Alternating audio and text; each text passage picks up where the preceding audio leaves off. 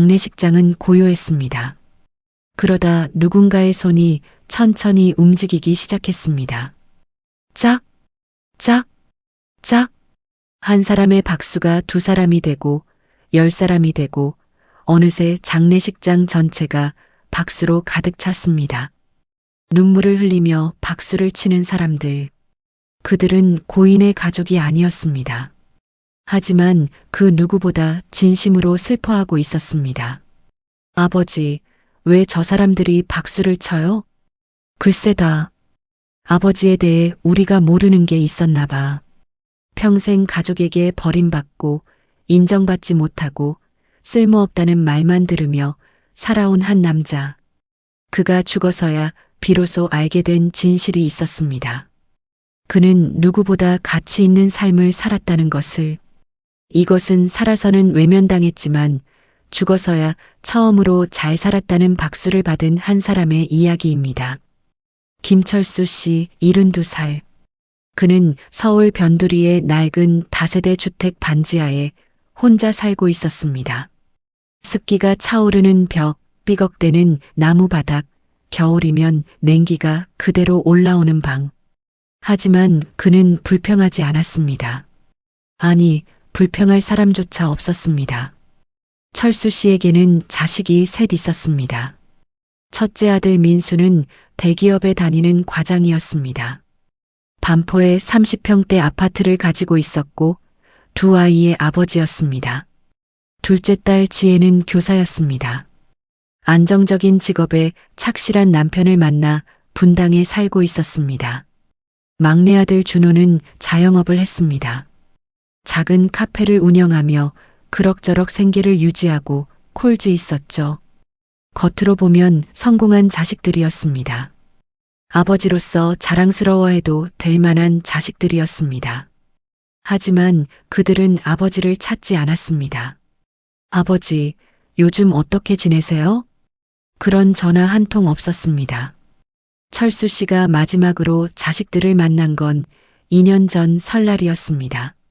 그것도 큰아들 민수의 집에서였죠. 철수 씨는 그날을 기억했습니다. 아주 선명하게. 새벽같이 일어나 목욕탕에 갔습니다. 며칠 전부터 준비해둔 옷을 꺼내 입었습니다. 15년 된 낡은 양복이었지만 다림질을 정성스럽게 해뒀습니다. 손주들에게 줄 세배돈도 준비했습니다. 한 달 동안 조금씩 모은 20만 원. 손주가 내신이 한 명당 5만 원씩이었습니다. 지하철을 2번 갈아타고 민수의 집에 도착했을 때 이미 시간은 오전 11시가 넘어 있었습니다. 아버지 왔어요. 철수 씨가 조심스럽게 현관문을 열고 들어갔습니다. 거실에는 이미 가족들이 모여 있었습니다. 민수 내외와 아이들, 지혜 내외와 아이들, 준호까지. 모두 밝은 얼굴로 이야기를 나누고 있었습니다. 아, 아버지. 오셨어요. 민수가 무표정하게 인사했습니다. 반가움은 없었습니다. 그저 예의상 하는 인사였습니다. 그래, 잘들 있었니? 철수 씨는 최대한 밝은 목소리로 말했습니다. 네, 아버지도 건강하시죠? 그럼 건강하지. 건강해야지. 짧은 대화가 끝나자 다시 침묵이 흘렀습니다. 철수 씨는 거실 한쪽 구석에 조용히 앉았습니다. 자식들은 다시 자기들끼리 이야기를 시작했습니다. 회사 이야기, 아이들 학원 이야기, 부동산 이야기. 철수 씨가 끼어들 틈은 없었습니다. 할아버지. 그때 큰 손자 지훈이가 다가왔습니다. 그래, 지훈아. 할아버지가 보고 싶었지? 철수 씨의 얼굴이 환해졌습니다. 할아버지, 세배돈 주세요. 철수 씨는 미소를 지으며 주머니에서 봉투를 꺼냈습니다. 자, 여기. 건강하게 잘 자라라. 고맙습니다. 지훈이는 봉투를 받자마자 돌아서서 방으로 뛰어갔습니다. 다른 손주들도 마찬가지였습니다. 세배돈을 받고는 곧바로 사라졌습니다. 점심시간이 되었습니다. 민수의 아내가 준비한 음식들이 테이블에 차려졌습니다. 갈비찜, 잡채, 전, 나물. 푸짐한 상이었습니다. 자, 다들 앉으세요. 가족들이 테이블에 둘러앉았습니다. 철수 씨도 한쪽 끝자리에 앉았습니다. 식사가 시작되었습니다. 가족들은 맛있게 먹으며 이야기를 나눴습니다. 하지만 철수 씨에게 말을 거는 사람은 없었습니다. 아버지, 요즘 뭐하고 지내세요? 지혜가 마지못한 듯 물었습니다. 응, 그냥 집에 있지. 그러시겠네요. 건강은 괜찮으세요? 괜찮아. 건강해. 그렇군요. 대화는 거기서 끝났습니다. 식사를 마치고 다시 거실로 돌아왔을 때 민수가 말했습니다. 아버지, 죄송한데 오늘 저녁에 처가 식구들이 온대요. 그래서, 아, 그래. 그럼 내가 가봐야겠구나. 네. 죄송해요. 죄송하다는 말에는 미안함이 없었습니다. 그저 빨리 가달라는 뜻이었습니다. 철수 씨는 일어섰습니다. 그래, 그럼 나는 이만 갈게. 너희들 잘들 지내고. 네, 아버지도 건강하세요. 현관까지 배웅하는 사람도 없었습니다. 철수 씨는 혼자 신발을 신고 문을 나섰습니다. 엘리베이터를 기다리는 동안 철수 씨는 뒤를 돌아봤습니다. 문은 이미 닫혀 있었습니다. 집으로 돌아오는 지하철 안에서 철수 씨는 창밖을 바라봤습니다. 설날의 거리는 한산했습니다. 대부분의 사람들이 가족과 함께 있을 시간이었으니까요. 나도 가족이 있는데. 철수 씨는 속으로 중얼거렸습니다. 있기는 한 건가? 그날 이후로 2년이 흘렀습니다. 그 사이 자식들에게서 온 연락은 딱 3번이었습니다. 첫 번째는 민수에게서였습니다. 아버지, 혹시 돈 좀 빌려주실 수 있으세요? 애들 학원비가 좀 부족해서요. 얼마나 필요한데? 200만 원만 부탁드려요. 다음 달에 꼭 갚을게요. 철수 씨는 가지고 있던 예금을 해지했습니다. 노후를 위해 모아둔 돈이었지만 아들이 필요하다는데 어떻게 안 줄 수 있겠습니까? 200만 원을 보내줬습니다. 다음 달이 지났습니다. 갚겠다던 돈은 오지 않았습니다. 2달이 지났습니다. 여전히 연락이 없었습니다. 철수 씨는 전화를 걸었습니다. 여보세요, 민수야. 아, 아버지. 무슨 일이세요? 아니, 저번에 빌려준 돈 말인데. 아, 그거요? 아버지, 죄송한데 요즘 너무 바빠서요. 조금만 더 기다려주시면 안 될까요? 그래. 알았다. 결국 그 돈은 돌아오지 않았습니다. 2번째 연락은 지혜에게서였습니다. 아버지, 제가 이번에 승진 축하 모임을 하거든요. 그런데 좀 창피한데 혹시 30만 원만 보태주실 수 있으세요? 승진을 했으면 좋은 일 아니냐? 그래, 보내마. 30만 원을 보냈습니다.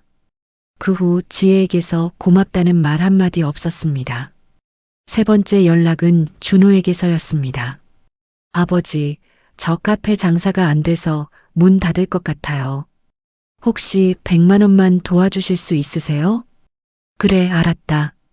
철수 씨는 마지막 남은 적금을 해지했습니다. 120만 원이 있었습니다. 전부 준호에게 보냈습니다. 고맙습니다, 아버지. 꼭 성공해서 보답할게요. 하지만 그 후로도 준호는 여전히 힘들게 살고 있었고 철수 씨에게 보답은커녕 안부 전화조차 하지 않았습니다. 돈이 필요할 때만 찾는 자식들. 철수 씨는 그것조차 고마웠습니다. 적어도 자신을 필요로 한다는 증거였으니까요. 하지만 마음 한쪽은 쓸쓸했습니다. 나는 그저 돈을 주는 사람일 뿐인가. 그래도 철수 씨는 자식들을 원망하지 않았습니다. 내가 잘못 키웠으니까 내 탓이지. 그는 항상 자신을 탓했습니다. 철수 씨에게는 형제도 있었습니다. 형이 2, 누나가 1, 여동생이 1. 어릴 적에는 가난했지만 우애가 깊었습니다. 좁은 방에서 5남매가 옹기종기 모여 잠을 자고 보리밥 한 그릇을 나눠 먹으며 자랐습니다. 철수야, 형이 나중에 크면 너 많이 도와줄게. 큰형 철호가 어린 철수의 머리를 쓰다듬으며 말했습니다. 나도 오빠 도와줄 거야. 누나 영희도 환하게 웃으며 말했습니다. 그때는 진심이었습니다. 모두가 서로를 아꼈고 언제까지나 함께할 것 같았습니다. 하지만 세월이 흐르면서 모든 것이 변했습니다. 큰형 철호는 사업에 성공했습니다. 건설업으로 큰 돈을 벌어 강남에 빌딩을 소유하게 되었습니다. 둘째 형 철민도 의사가 되어 병원을 운영했습니다. 누나 영희는 공무원이 되어 안정적인 생활을 했고 여동생 순이는 좋은 집안으로 시집을 가서 유복하게 살았습니다. 그 중에서 철수만 유독 힘들게 살았습니다. 젊었을 때 작은 사업을 했다가 실패했습니다. 빚을 지고 그 빚을 갚느라 평생을 허덕였습니다. 제대로 된 직장도 없이 이곳저곳에서 일용직으로 일하며 근근히 살아갔습니다. 처음에는 형제들이 도와줬습니다. 철수야, 힘들지? 이거 받아. 큰형이 돈봉투를 쥐어줬습니다. 형님, 고맙습니다. 꼭 갚을게요. 갚긴 뭘 갚아? 형제끼리. 그때만 해도 따뜻했습니다. 하지만 시간이 지나면서 분위기가 달라졌습니다. 철수가 다시 어려워져서 도움을 청했을 때 큰형의 반응이 달랐습니다. 철수야, 형도 요즘 힘들어. 미안하다. 아, 네. 괜찮습니다, 형님. 거짓말이었습니다. 큰형은 전혀 힘들지 않았습니다. 새 차를 샀고 해외여행을 다녀왔으며 자식들 결혼을 성대하게 치렀습니다. 둘째 형에게 전화를 걸었습니다. 형님, 저 철수인데요. 혹시, 야, 너 또 돈 달라는 거야? 아니, 그게, 철수야, 솔직히 말해서 내가 왜 맨날 이 모양이냐? 형들은 다 잘 사는데, 너만 왜 그 모양이야? 노력을 안 하니까 그렇지. 죄송합니다. 죄송하긴. 이제 그만 좀 해. 형도 내 가족 먹여 살리기 바쁘다. 전화가 끊겼습니다. 누나에게 연락했습니다. 누나, 나 철수야. 왜? 또 무슨 일이야? 아니, 그냥 안부 전화. 안부 전화? 내가 언제 그냥 안부 전화를 했어? 필요한 거 있으면 말해. 아니야. 없어. 그래, 그럼 끊는다. 바빠. 여동생은 아예 전화를 받지 않았습니다. 명절이 되면 형제들이 모였습니다. 큰형의 집에서 모임을 가졌습니다. 철수도 갔습니다. 하지만 환영받지 못했습니다. 아, 철수 왔네. 큰형의 인사는 차갑했습니다. 식사 자리에서 형제들은 자신들의 자랑을 늘어놓았습니다. 우리 큰애가 이번에 대기업에 취직했어. 우리 딸은 의대 갔어. 우리는 이번에 제주도에 땅을 샀지. 철수는 가만히 듣고만 있었습니다. 할 말이 없었습니다. 철수야, 너는 요즘 뭐하니? 둘째 형이 물었습니다. 진심으로 궁금해서가 아니라 그냥 형식적인 질문이었습니다. 그냥 일용직 일 좀 하고 있어. 아직도? 나이가 몇인데 아직도 일용직을 해? 할 수 있는 게 그것밖에 없어서. 에휴, 답답하네. 형이 저번에 뭐라고 했어? 제대로 된 일 좀 찾으라고 했잖아. 노력은 하고 있어. 노력? 노력을 그따위로 하니까 평생 그 모양이지. 철수는 아무 말도 하지 못했습니다. 누나가 끼어들었습니다. 근데 철수야, 너 아직도 반지하에서 살아? 응. 아이고, 창피해서. 우리 친척들이 물어보면 뭐라고 말해야 하니? 미안해. 미안하긴. 좀 제대로 살아봐. 내 나이가 몇인데. 철수는 고개를 숙였습니다. 식사가 끝나고 형제들끼리 이야기를 나눴습니다. 철수는 한쪽 구석에 앉아 있었습니다. 저기 철수 말인데. 큰형이 다른 형제들에게 작은 목소리로 말했습니다. 하지만 철수에게도 들릴 만큼의 목소리였습니다. 앞으로 우리 모임에 철수는 부르지 말자. 솔직히 오면 분위기만 다운되잖아. 맞아. 맨날 우울한 얼굴로 앉아만 있고 돈 달라는 소리도 안 하나 몰래 기다리고 있는 것 같고 그냥 우리끼리만 모이는 게 낫겠어. 철수는 그 말을 듣고 조용히 일어났습니다. 형님, 저 먼저 갈게요. 벌써? 뭐 그래. 조심히 가. 아무도 말리지 않았습니다. 그날 이후로 철수는 형제 모임에 초대받지 못했습니다. 명절이 되어도 집안 경조사가 있어도 철수에게는 연락이 오지 않았습니다. 어느 날 큰형의 칠순 잔치가 있었습니다. 철수는 신문에서 그 소식을 알았습니다. 큰형이 지역 유지로 소개된 기사에 칠순 잔치를 성대하게 치렀다는 내용이 있었습니다. 철수에게는 초대장조차 오지 않았습니다. 전화를 걸었습니다. 형님, 나 철수야. 칠순 잔치하셨다면서? 아, 그래. 조촐하게 했어. 왜 나한테는 얘기 안 했어? 철수야, 솔직히 말할게. 너 오면 손님들한테 창피해. 너도 이해해줘. 그리고 혹시나 돈 부조 부담 가질까봐 안 부른 거야. 이해하지? 전화가 끊겼습니다. 철수는 전화기를 내려놓고 한참을 멍하니 앉아 있었습니다. 나는 형제들에게도 짐이구나. 그렇게 철수는 가족에게서도 형제에게서도 버림받았습니다. 철수 씨의 하루는 고요했습니다. 아침 6시에 눈을 떴습니다. 알람이 필요 없었습니다. 평생 일찍 일어나는 습관이 몸에 배어 있었습니다. 낡은 이불을 개고 좁은 방을 정리했습니다. 창문을 열었습니다. 반지하라 햇빛은 거의 들어오지 않았지만 그래도 환기는 필요했습니다. 간단히 세수를 하고 아침을 준비했습니다. 밥은 어제 저녁에 남은 것, 반찬은 김치와 계란 하나. 소박한 아침이었습니다. 혼자 밥을 먹었습니다. 텔레비전을 켰습니다. 아침 뉴스가 나왔습니다. 정치, 경제, 사회. 세상 돌아가는 이야기들. 철수 씨와는 무관한 세상 같았습니다. 아침을 먹고 설거지를 했습니다. 그릇 3개. 금방 끝났습니다. 그리고 나면 할 일이 없었습니다. 예전에는 일용직 일이라도 있었습니다. 건설 현장에 나가거나 공장에서 일하거나 식당에서 설거지를 하거나. 하지만 나이가 들면서 그마저도 구하기 힘들어졌습니다. 아저씨, 미안한데 좀 더 젊은 사람으로 구하려고요. 나이가. 일이 힘든데 괜찮으시겠어요? 죄송합니다. 다른 분으로 정했어요. 일자리를 구하러 다니는 것도 이제는 지쳤습니다. 기초생활수급비로 근근히 살아갔습니다.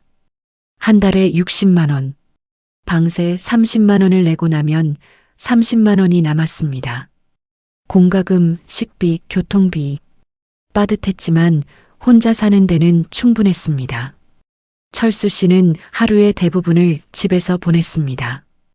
오전에는 동네를 산책했습니다. 천천히 걸으며 주변을 구경했습니다. 새로 생긴 가게, 공사 중인 건물, 놀이터에서 노는 아이들, 공원 벤치에 앉아 시간을 보냈습니다. 사람들을 구경했습니다. 출근하는 직장인들, 유모차를 끌고 나온 젊은 엄마들, 강아지를 산책시키는 사람들. 모두 바빴습니다. 모두 목적이 있어 보였습니다. 철수 씨만 시간이 남아 돌았습니다. 점심때가 되면 집으로 돌아왔습니다. 간단히 라면을 끓여 먹거나 아침에 남은 밥으로 볶음밥을 해 먹었습니다. 오후에는 도서관에 갔습니다. 동네 작은 도서관. 그곳은 철수 씨의 유일한 안식처였습니다.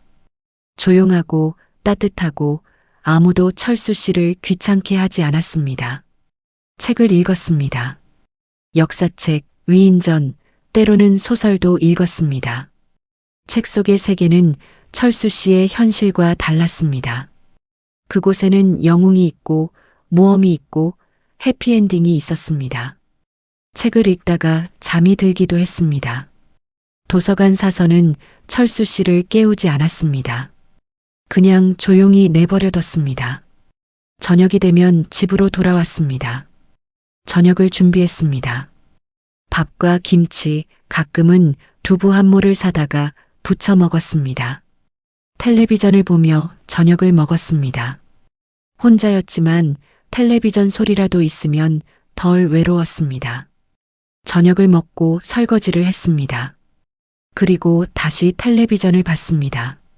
드라마, 예능, 뉴스, 무엇이든 상관없었습니다.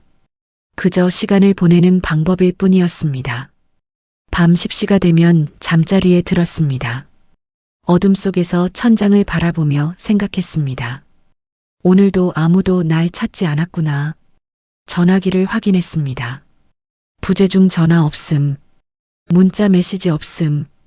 가끔 스팸 문자가 오면 반가웠습니다. 적어도 무언가 연락이 온 것처럼 느껴졌으니까요. 철수 씨는 존재하지 않는 사람처럼 살았습니다. 아무도 그를 찾지 않았습니다. 아무도 그를 필요로 하지 않았습니다. 그는 그저 조용히 눈에 띄지 않게 세상의 한 구석에서 살아가고 있을 뿐이었습니다. 하지만 철수 씨에게도 작은 기쁨은 있었습니다. 비가 오는 날이면 빗소리를 들으며 평화로움을 느꼈습니다. 햇살이 좋은 날이면 공원 벤치에 앉아 따스함을 즐겼습니다. 도서관에서 좋은 책을 발견하면 하루가 행복했습니다. 그리고 가끔, 아주 가끔 누군가에게 작은 도움을 줄 수 있을 때가 있었습니다. 그것이 철수 씨가 살아가는 이유였습니다. 어느 비 오는 날이었습니다. 철수 씨는 도서관에서 책을 읽다가 창밖을 봤습니다. 빗줄기가 거세졌습니다. 아침에는 맑았는데 갑자기 날씨가 변한 것이었습니다. 집에 우산을 가져왔나? 현관을 생각해 봤습니다. 우산이 있었습니다. 낡았지만 쓸만한 우산이었습니다. 철수 씨는 다시 책으로 시선을 돌렸습니다. 비가 그칠 때까지 기다리면 되니까요. 1시간쯤 지났을 때 도서관 문이 열렸습니다. 젊은 여자가 들어왔습니다. 30 초반으로 보였습니다. 옷이 흠뻑 젖어 있었습니다. 머리에서 물이 뚝뚝 떨어졌습니다.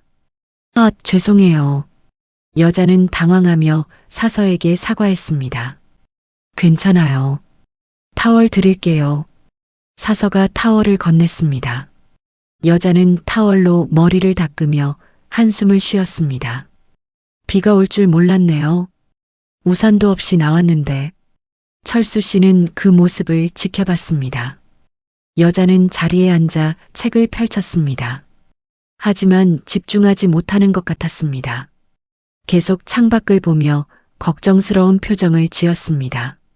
시간이 흘렀지만 비는 그치지 않았습니다. 오히려 더 거세졌습니다. 오후 4시가 되었습니다. 여자가 자리에서 일어났습니다. 도서관 입구로 걸어갔습니다. 문을 열고 밖을 내다봤습니다. 비는 여전히 쏟아지고 있었습니다. 여자는 한숨을 쉬고 휴대폰을 꺼냈습니다. 누군가에게 전화를 걸었습니다. 여보세요? 아빠, 저 지금 도서관인데 비가 너무 와요. 혹시 우산 좀 가져다 주실 수 있으세요? 잠시 침묵. 아, 지금 못 오시는구나. 네, 괜찮아요. 알았어요. 전화를 끊었습니다. 여자는 다시 밖을 봤습니다. 어떻게 할지 고민하는 표정이었습니다. 철수 씨는 가만히 지켜보다가 자리에서 일어났습니다. 자신의 우산을 챙겨 들고 여자에게 다가갔습니다. 저기, 여자가 돌아봤습니다. 이거 쓰세요. 철수 씨가 우산을 내밀었습니다. 예, 이건 제 우산이에요. 제가 드릴게요. 아니에요. 그럼 아저씨는요? 저는 괜찮아요. 비 좀 맞는 거야 뭐. 그래도 받으세요. 젊은 분이 감기 걸리면 안 되잖아요. 철수 씨는 우산을 여자의 손에 쥐어줬습니다. 정말 괜찮으세요? 네, 괜찮아요. 어서 가세요. 여자는 감사하다는 말을 여러 번 했습니다. 하지만 철수 씨는 손을 저으며 괜찮다고 했습니다. 나중에 꼭 돌려드릴게요. 아니에요. 그냥 쓰세요. 낡은 거예요. 여자는 우산을 펴고 도서관을 나갔습니다. 떠나기 전에 한 번 더 뒤돌아보며 고개를 숙여 인사했습니다. 철수 씨는 손을 흔들어 보냈습니다. 그리고 다시 자리로 돌아왔습니다. 비는 여전히 내리고 있었습니다. 철수 씨는 비가 그치기를 기다렸습니다. 1시간, 2시간. 비는 그칠 기미가 없었습니다. 도서관 폐관 시간이 다가왔습니다. 손님 죄송한데 곧 문 닫아요. 사서가 조심스럽게 말했습니다. 아, 네. 알겠습니다. 철수 씨는 자리에서 일어났습니다. 도서관 밖으로 나왔습니다. 비가 쏟아졌습니다. 어쩔 수 없지. 철수 씨는 옷깃을 세우고 빗속으로 걸어 들어갔습니다. 빗물이 얼굴을 때렸습니다. 옷이 젖었습니다. 신발에 물이 찼습니다. 하지만 철수 씨는 천천히 침착하게 걸었습니다. 괜찮아.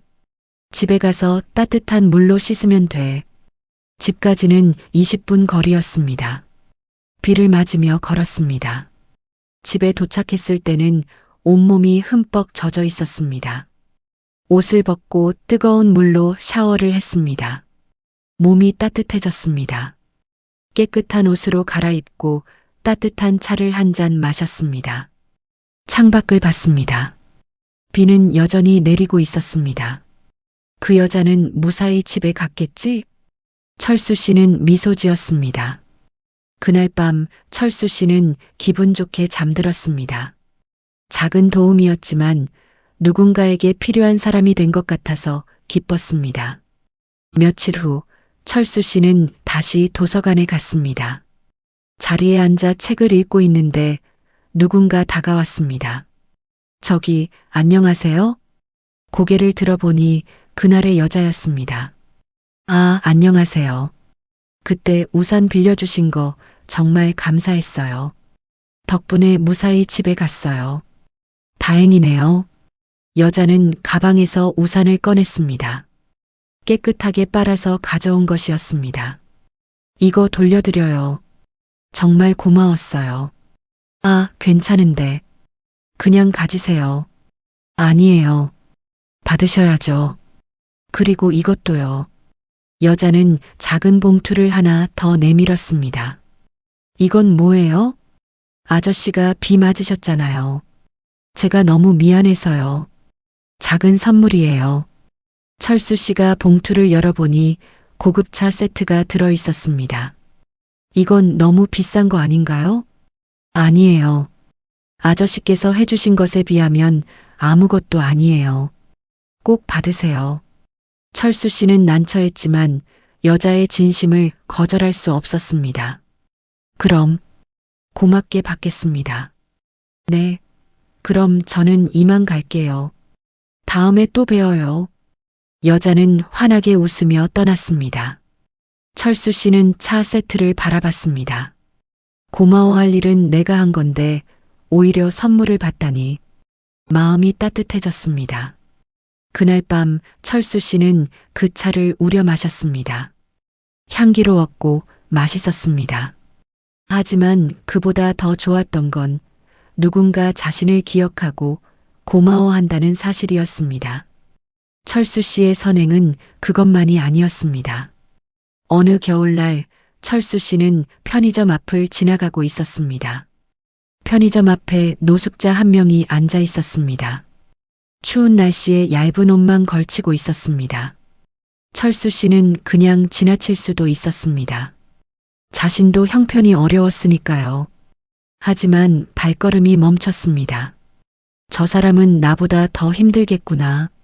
철수 씨는 편의점에 들어갔습니다. 주머니에 있던 돈을 확인했습니다. 5천 원이 있었습니다.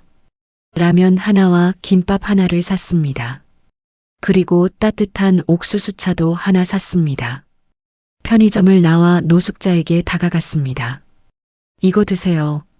노숙자는 놀란 눈으로 철수 씨를 봤습니다. 이게 뭐예요? 드실 거예요. 추운데 따뜻한 거 좀 드세요. 정말 저 주시는 거예요? 네, 드세요. 노숙자의 눈에 눈물이 고였습니다. 감사합니다. 정말 감사합니다. 철수 씨는 아무 말 없이 고개를 끄덕이고 자리를 떠났습니다. 뒤돌아보니 노숙자가 김밥을 먹으며 눈물을 흘리고 있었습니다. 철수 씨의 가슴이 뭉클했습니다. 또 다른 날 철수 씨는 지하철역에서 한 할머니를 만났습니다. 할머니는 무거운 짐을 들고 계단을 올라가려 하고 있었습니다. 힘들어하는 모습이 역력했습니다. 할머니, 제가 들어드릴게요. 아이고, 괜찮아요. 내가 할 수 있어요. 아니에요. 제가 들어드릴게요. 철수 씨는 할머니의 짐을 받아들었습니다. 생각보다 무거웠습니다. 계단을 올라 지상으로 나왔습니다. 할머니, 어디까지 가세요? 저기 버스 정류장까지만 가면 돼요. 제가 모셔다 드릴게요. 철수 씨는 할머니를 버스 정류장까지 모셔다 드렸습니다. 아이고, 정말 고마워요. 요즘 이런 젊은이가 어디 있어요? 젊은이라니요. 저도 나이가 많은데요. 에이, 나보다는 한참 젊잖아요. 정말 고마워요. 할머니는 연신 고맙다는 말을 했습니다. 버스가 왔고 할머니는 버스에 올라탔습니다. 창문 너머로 할머니가 손을 흔들었습니다. 철수 씨도 손을 흔들어 답했습니다. 또 어느 날 철수 씨는 공원을 산책하고 있었습니다. 한 아이가 울고 있었습니다. 5살쯤 되어 보였습니다. 왜 우니? 철수 씨가 다가가 물었습니다. 엄마가 어디 갔어요? 엄마를 잃어버렸구나. 울지 마. 아저씨가 엄마 찾아줄게. 철수 씨는 아이의 손을 잡고 공원을 돌아다녔습니다. 엄마 어디 있어요? 소리치며 엄마를 찾았습니다. 10분쯤 지났을 때 한 여자가 황급히 달려왔습니다. 지민아, 엄마. 아이가 엄마에게 달려갔습니다. 아이고, 엄마가 미안해. 잠깐 한눈 팔았더니 여자는 아이를 꼭 안았습니다. 그리고 철수 씨에게 고개를 숙였습니다. 정말 감사합니다. 혹시 무슨 일이라도 생겼으면 어쩔 뻔했어요. 아니에요. 다행히 엄마를 찾았네요. 정말 감사해요. 어떻게 보답을 해야 할지. 괜찮아요. 조심히 가세요. 철수 씨는 손을 흔들며 자리를 떠났습니다. 이런 일들은 아무도 몰랐습니다. 철수 씨는 누군가에게 자랑하지 않았습니다. 인정받으려고 한 것도 아니었습니다. 그저 도움이 필요한 사람을 보면 그냥 도왔습니다. 자신도 힘든 처지였지만 자신보다 더 힘든 사람들이 있었습니다. 그들에게 작은 도움이라도 줄 수 있다면 그것만으로도 의미 있는 일이라고 생각했습니다. 철수 씨는 이름 없는 선행을 계속했습니다. 길에서 넘어진 사람이 있으면 일으켜 세워줬습니다. 무거운 짐을 든 사람이 있으면 들어다 줬습니다. 길을 잃은 사람이 있으면 길을 안내해 줬습니다. 비 오는 날 비를 피할 곳이 없는 사람이 있으면 자신의 우산을 줬습니다. 배고파하는 사람이 있으면 자신의 주머니를 털어 밥을 사줬습니다. 아무도 몰랐지만 철수 씨는 매일 누군가의 천사였습니다. 하지만 세상은 기억하고 있었습니다. 철수 씨가 도운 사람들은 그를 잊지 않았습니다. 편의점 주인 박 씨는 철수 씨를 기억했습니다. 저 어르신 항상 노숙자들한테 먹을 거 사다 주시더라고요. 당신도 형편이 안 좋아 보이는데 말이에요. 도서관 사서 이 씨도 철수 씨를 기억했습니다. 항상 조용히 책을 읽으시는 분이에요. 한 번은 다른 이용자가 책을 찾는데 도와주시더라고요. 정말 친절하신 분이에요. 공원 경비원 최 씨도 철수 씨를 기억했습니다. 저 양반 공원 벤치에 쓰레기 있으면 항상 주워 담으시더라고요. 제가 하는 일인데도 말이에요. 한 번은 아저씨 혼자 하기 힘드시죠라고 하시면서 같이 청소해 주셨어요. 버스 기사 김 씨도 철수 씨를 기억했습니다. 한 번은 할머니 한 분이 버스비가 모자라셨어요. 그때 저분이 대신 내주시더라고요. 당신 카드로요. 그리고 아무 말 없이 자리에 앉으셨어요. 동네 슈퍼주인 정 씨도 철수 씨를 기억했습니다. 항상 물건값을 정확히 내시는 분이에요. 한 푼도 깎아달라고 하신 적이 없어요. 그리고 한 번은 제가 깜빡하고 거스름 돈을 더 드렸는데 다음날 찾아오셔서 돌려주시더라고요. 요즘 그런 분이 어디 있어요? 동네 약국 약사신 씨도 철수 씨를 기억했습니다. 감기약 사러 오셨을 때 옆에 계시던 할머니가 약값이 없어서 망설이시더라고요. 그때 저분이 조용히 제게 할머니 약값도 같이 계산해 달라고 하시더라고요. 할머니는 모르게요. 동네 빵집 주인 한 씨도 철수 씨를 기억했습니다. 폐점 시간에 남은 빵들 있잖아요. 저분이 그걸 사가시면서 항상 아이들 간식으로 좋겠다고 하시면서 동네 아이들한테 나눠주시더라고요. 철수 씨가 살던 다세대 주택 옆집 할머니도 그를 기억했습니다. 우리 집 수도꼭지가 고장났을 때 저분이 고쳐주셨어요. 제가 돈을 드리려고 했는데 절대 안 받으시더라고요. 그리고 겨울에 보일러가 안 나올 때도 와서 봐주셨어요. 정말 좋은 분이에요.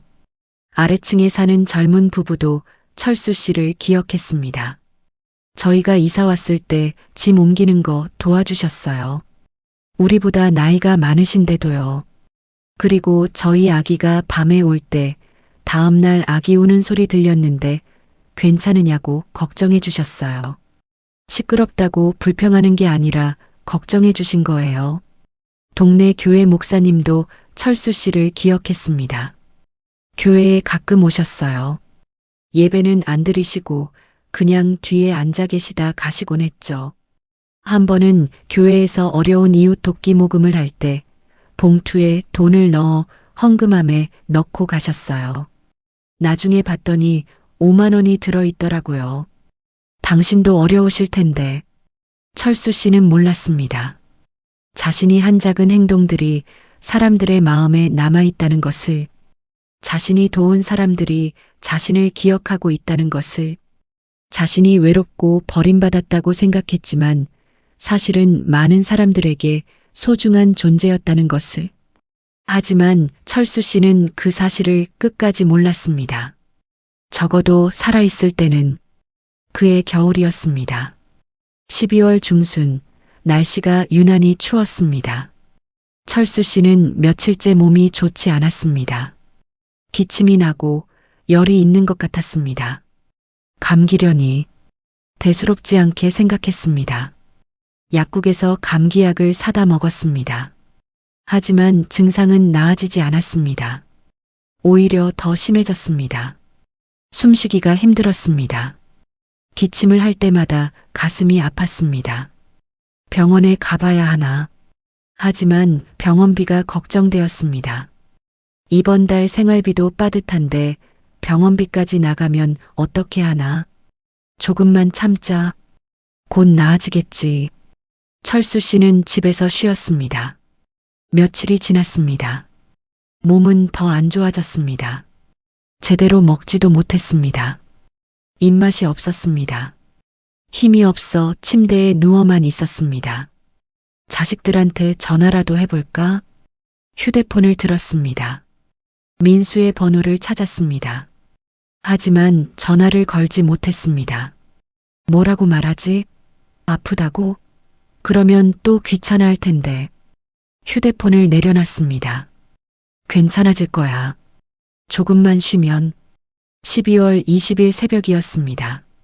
철수 씨는 숨쉬기가 너무 힘들었습니다. 가슴이 조여드는 것 같았습니다.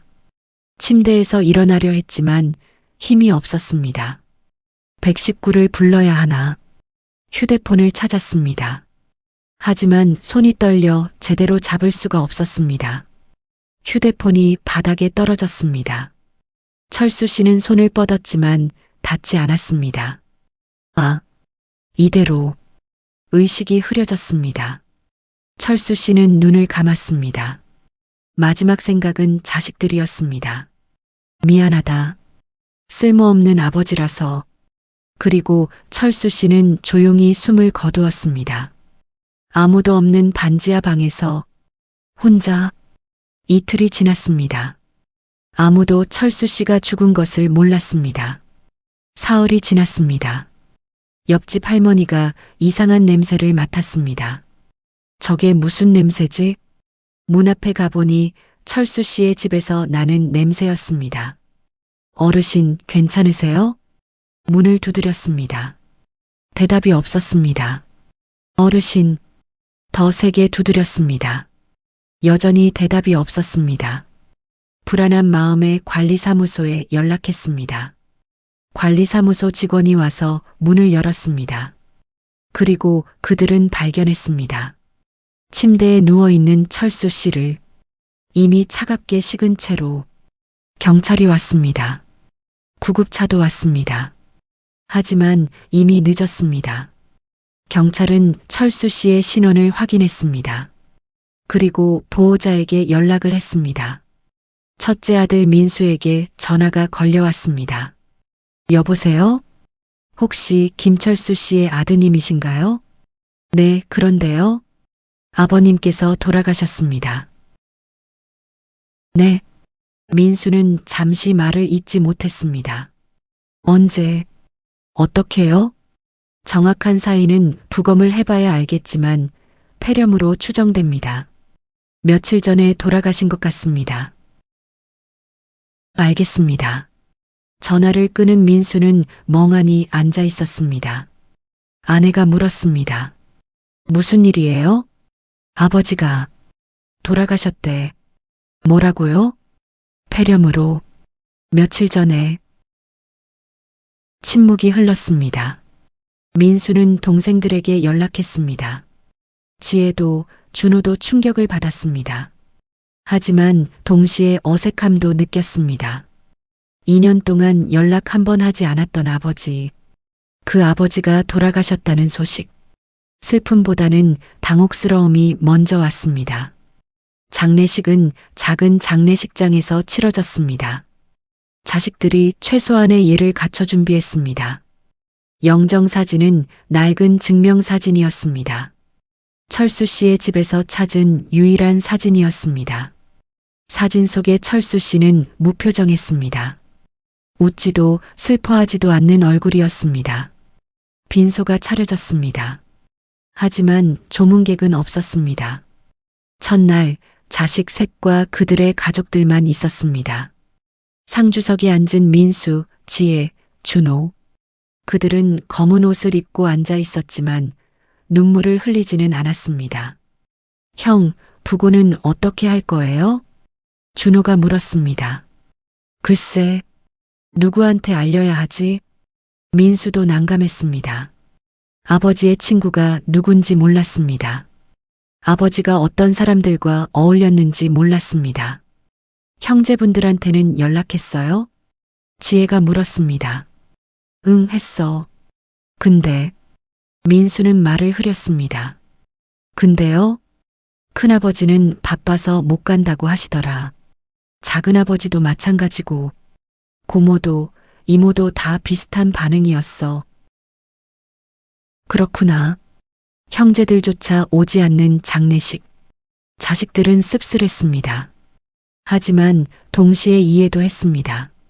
우리도 2년 동안 연락 안 했는데 형제분들이야 오죽하겠어. 빈소는 고요했습니다. 가끔 장례식장 직원이 와서 차를 따라주고 갔습니다. 자식들은 서로 말이 없었습니다. 무슨 말을 해야 할지 몰랐습니다. 아버지, 어떻게 지내셨을까? 지혜가 중얼거렸습니다. 아무도 대답하지 못했습니다. 알지 못했으니까요. 2년 동안 우리 아무도 연락 안 했잖아. 준호가 작은 목소리로 말했습니다. 아버지 혼자 얼마나 외로우셨을까? 민수가 고개를 들었습니다. 이제 와서 그런 말 해봤자 뭐해. 이미 늦었어. 형, 우리가 잘못한 거 알아. 다 알아. 근데 이미 돌아가셨잖아. 이제 어떻게 해? 민수의 목소리에는 자책과 분노가 섞여 있었습니다. 자신에게 하는 분노였습니다. 첫날 밤이 깊어갔습니다. 장례식장은 더욱 조용해졌습니다. 자식들은 교대로 빈소를 지켰습니다. 민수가 혼자 앉아 영정 사진을 바라봤습니다. 아버지, 어린 시절이 떠올랐습니다. 가난했지만 아버지는 자식들을 위해 열심히 일했습니다. 새벽같이 나가서 밤늦게 들어오던 아버지. 손이 거칠고 얼굴이 까맣게 탄 아버지. 아버지, 오늘 학교에서 1등 했어요. 그래, 우리 아들 잘했네. 자랑스럽다.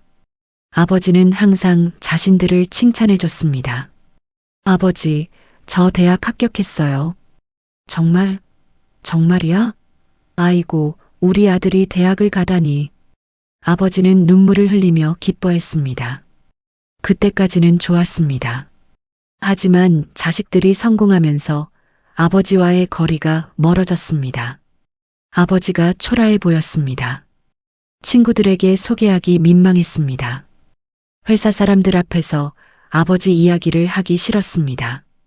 그래서 멀리했습니다. 나는 나쁜 자식이었어.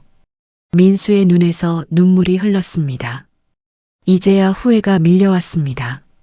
둘째 날 아침이었습니다. 장례식장 직원이 다가왔습니다. 저기, 조문객이 오셨는데요. 네, 조문객이요? 민수는 의아했습니다. 누가 오겠습니까? 형제들도 오지 않는데. 누구신데요? 잘 모르겠습니다. 여러 명이 오셨어요. 민수가 밖으로 나가보니 정말로 사람들이 있었습니다. 낯선 사람들이었습니다. 저희는 고인을 알던 사람들입니다. 한 중년 남자가 말했습니다. 아, 네. 들어오세요. 사람들이 빈소로 들어왔습니다. 영정 사진 앞에 절을 하고 향을 피웠습니다. 그리고 눈물을 흘렸습니다. 진심으로 슬퍼하는 모습이었습니다. 민수는 놀랐습니다. 이 사람들은 누구지? 조문객들에게 물었습니다. 실례지만 아버지와 어떤 관계신지? 편의점 주인 박 씨가 대답했습니다. 저는 동네 편의점 주인입니다. 고인께서 자주 오셨죠? 편의점? 네. 항상 노숙자들한테 먹을 거 사다 주시던 분이에요. 좋은 분이셨어요. 도서관 사서 이 씨도 말했습니다. 저는 도서관 사서입니다. 고인께서 매일 도서관에 오셨어요. 항상 조용히 책을 읽으시고 다른 이용자들도 도와주시고 정말 친절하신 분이셨어요. 공원 경비원 최 씨도 말했습니다. 저는 공원 경비원입니다. 고인께서 공원 청소도 도와주시고 항상 제게 따뜻한 말씀을 해주셨어요. 1명, 2명, 3명. 계속해서 사람들이 왔습니다. 버스기사, 슈퍼주인, 약사, 빵집 주인, 옆집 할머니, 아래층 부부, 교회 목사님, 모두 철수 씨가 도왔던 사람들이었습니다. 그리고 한 젊은 여자도 왔습니다. 우산을 빌렸던 그 여자였습니다. 저는 고인께서 비 오는 날 우산을 빌려주셨어요. 덕분에 무사히 집에 갈 수 있었죠. 여자는 울먹이며 말했습니다. 그때 정말 감사했어요. 그 우산은 낡았지만 저에게는 정말 소중했어요. 제가 힘들 때 도와주신 분이거든요. 노숙자도 왔습니다. 예전보다 깨끗한 옷을 입고 있었습니다. 저는 노숙자였습니다. 고인께서 추운 날 밥을 사주셨어요. 그때 저는 정말 배고팠고 죽고 싶을 만큼 힘들었어요. 근데 그분이 따뜻한 밥을 사주시면서 힘내라고 하셨어요. 그 말 한마디가 저를 살렸어요. 노숙자는 눈물을 흘렸습니다.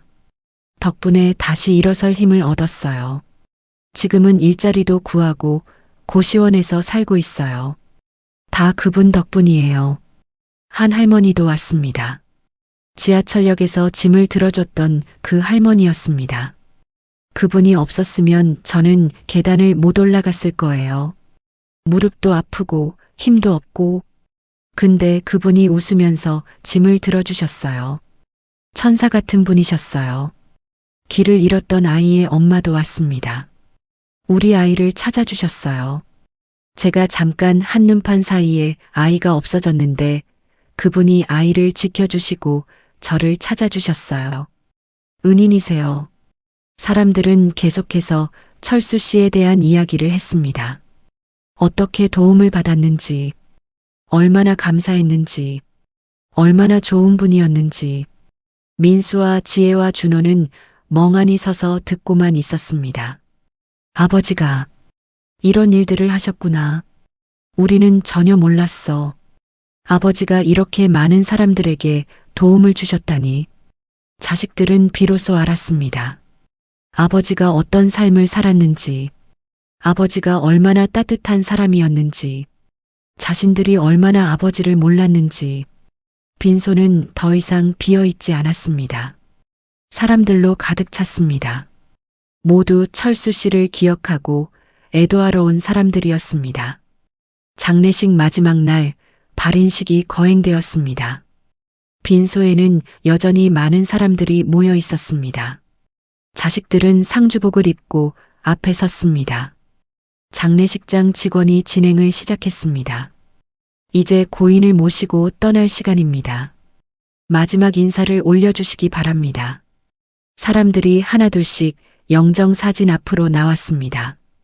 절을 하고 마지막 인사를 했습니다. 감사했습니다. 편히 쉬세요.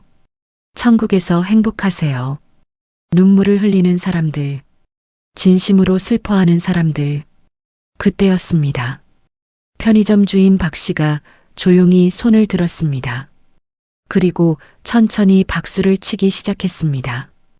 짝, 짝, 짝. 사람들이 그를 쳐다봤습니다. 장례식장에서 박수를 치는 것은 이례적인 일이었습니다. 하지만 박 씨는 멈추지 않았습니다. 계속해서 박수를 쳤습니다. 그리고 말했습니다. 이분은 박수 받을 자격이 있습니다. 평생 남을 도우며 사셨으니까요. 그 말에 도서관 사서 이 씨도 박수를 치기 시작했습니다. 짝, 짝, 짝. 공원 경비원 최 씨도 박수를 쳤습니다. 버스 기사 김 씨도 박수를 쳤습니다. 1명, 2명, 3명. 점점 더 많은 사람들이 박수를 치기 시작했습니다. 장례식장이 박수 소리로 가득 찼습니다. 짝짝짝짝짝짝짝짝짝짝.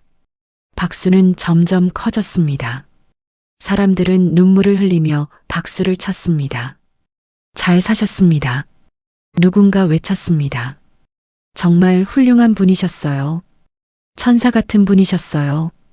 우리의 영웅이셨어요. 사람들의 목소리가 하나둘씩 터져 나왔습니다. 박수는 계속되었습니다. 1분, 2분, 3분. 멈추지 않는 박수. 장례식장 전체가 울리는 박수 소리. 민수는 그 광경을 보며 눈물을 흘렸습니다. 아버지는 이렇게 많은 사람들에게 사랑받는 분이셨구나. 지혜도 울었습니다. 우리는 몰랐어.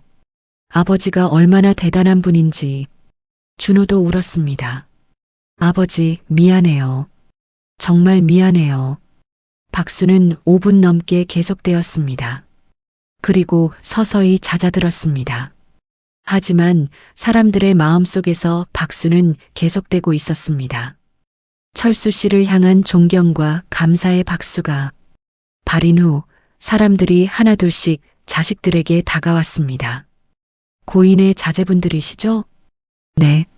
아버님 정말 훌륭하신 분이셨어요. 자랑스러워 하셔도 됩니다. 감사합니다. 민수는 고개를 숙였습니다. 부끄러웠습니다. 아버지를 자랑스러워하지 못했던 자신이, 아버지를 부끄러워했던 자신이. 한 할머니가 민수의 손을 잡았습니다.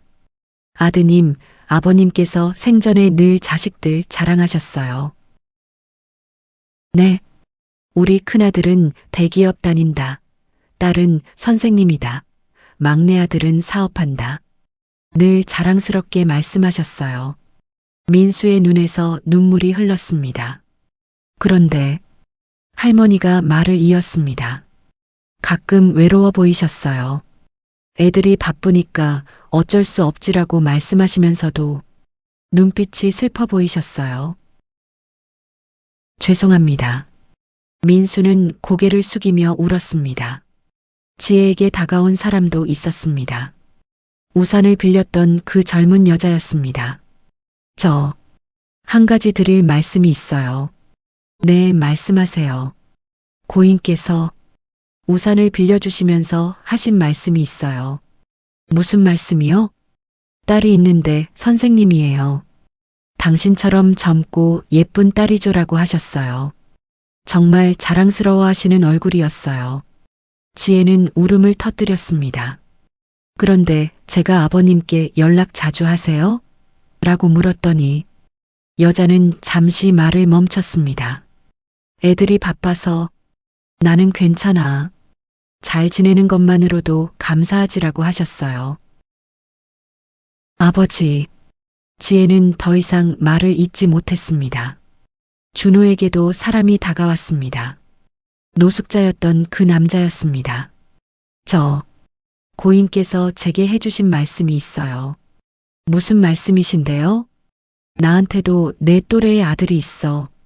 카페를 한다고 열심히 사는 녀석이지. 너도 포기하지 말고 열심히 살아봐라고 하셨어요.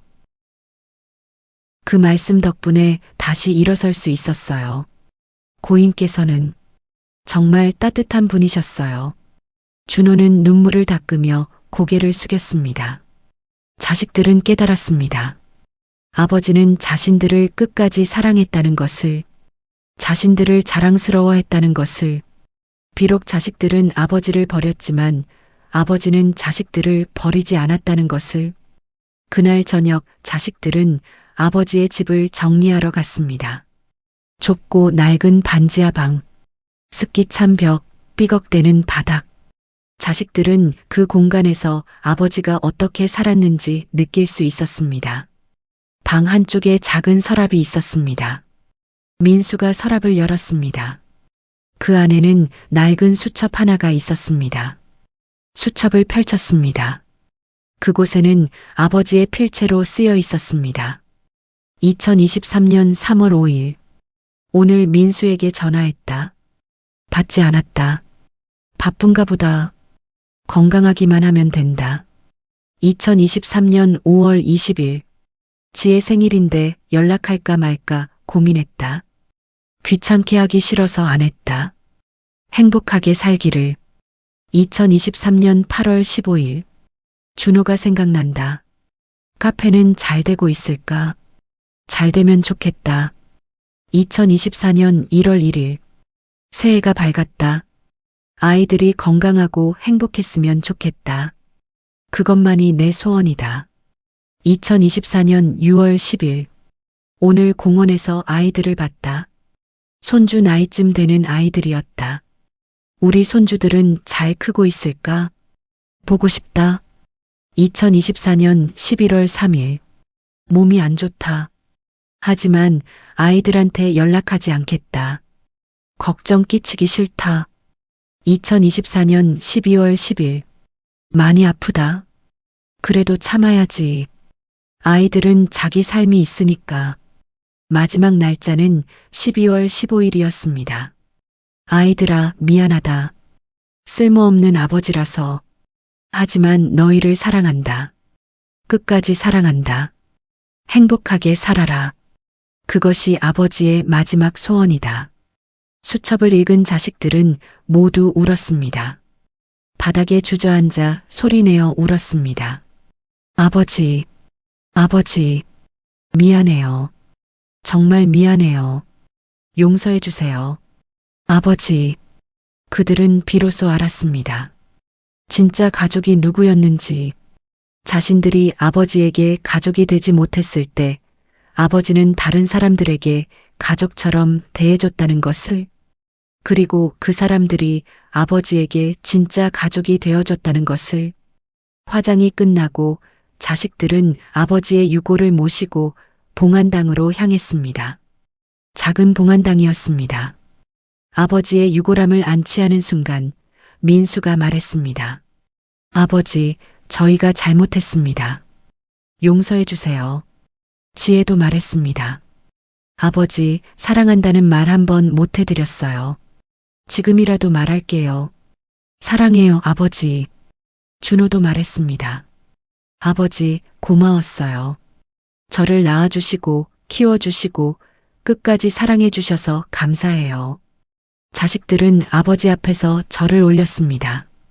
그리고 오랫동안 그 자리에 앉아 있었습니다. 돌아오는 길 민수가 동생들에게 말했습니다. 우리 아버지처럼 살자. 응? 아버지처럼 남을 도우며 살자. 그게 아버지를 기리는 길인 것 같아. 지혜가 고개를 끄덕였습니다. 맞아. 아버지는 가진 건 없었지만 마음은 부자셨어. 우리도 그렇게 살자. 준호도 동의했습니다. 우리 정기적으로 봉사활동하자. 아버지가 하셨던 것처럼. 좋아. 그러자. 자식들은 약속했습니다. 아버지의 삶을 이어가기로.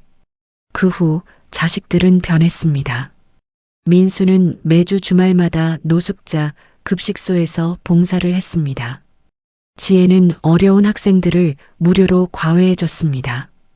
준호는 카페에서 홀몸 어르신들에게 무료로 커피를 제공했습니다.